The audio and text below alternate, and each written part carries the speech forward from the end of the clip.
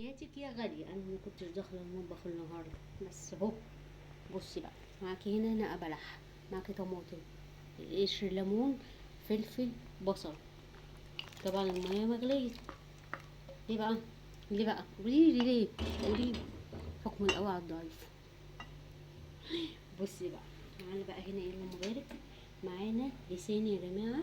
اللسان ده بصي، الراجل بيبقى ايه، عايزه تقطعيه بيقولك عايزه اقطعهولك تمام، مش عايزه بتسيبيه زي ما هو اهو. طبعا اللسان بعد ما هيتسلق هيتقشر.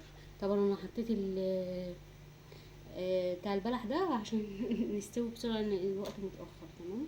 معاكي بقى حته لحمه راس حلوه كده برضك مغسوله كويس. الحاجات دي طالعه متاخر يا جماعه. حطيتها في ميه سخنه وملح. عشان ايه؟ عشان تطلع كل تفك معايا. تمام. وتحطي ملح عشان يفك ايه معاكي. تمام كده. المهم يعني نقعد نقلب بقى كده كويس. وبعد كده بعد ما تغلي كويس هنضيف لها ايه ونشيل الريم لو عملت ريم. هن ايه نشيل اللهم بارك الريم اللي فوق. نحط التوابل، نضيف التوابل والملح في الاخر. بصل بقى عشان ايه؟ تطعمي بقى اللي يحب يشرب شوربه مش عارفه ايه الكلام ده كله. بصي بقى تغسليها كويس غسله كويسه جدا. طبعا انا كنت ما صدمتهاش، المفروض هتصدم. بس عشان اللسان ده يا جماعه محتاج ايه؟ يتقشر بعد ما يتسلق بيتقشر. تمام. بصوا بقى الراجل مقطعهولي. وبصي خرط خرط خرط.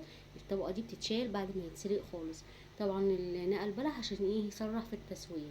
تمام كده. هيبقى معايا فيش طبعا. الكلام ده كله اكله بقى السريعه اللي هي مش سريعه يعني، بس نضحك على نفسنا ونقول سريعه. قشر الليمون عشان يدي نكهه حلوه في الشوربه وريحه حلوه وطعم كويس. قشر الليمون يا جماعه بعد ما تعصري قطعيه واعمليه كده.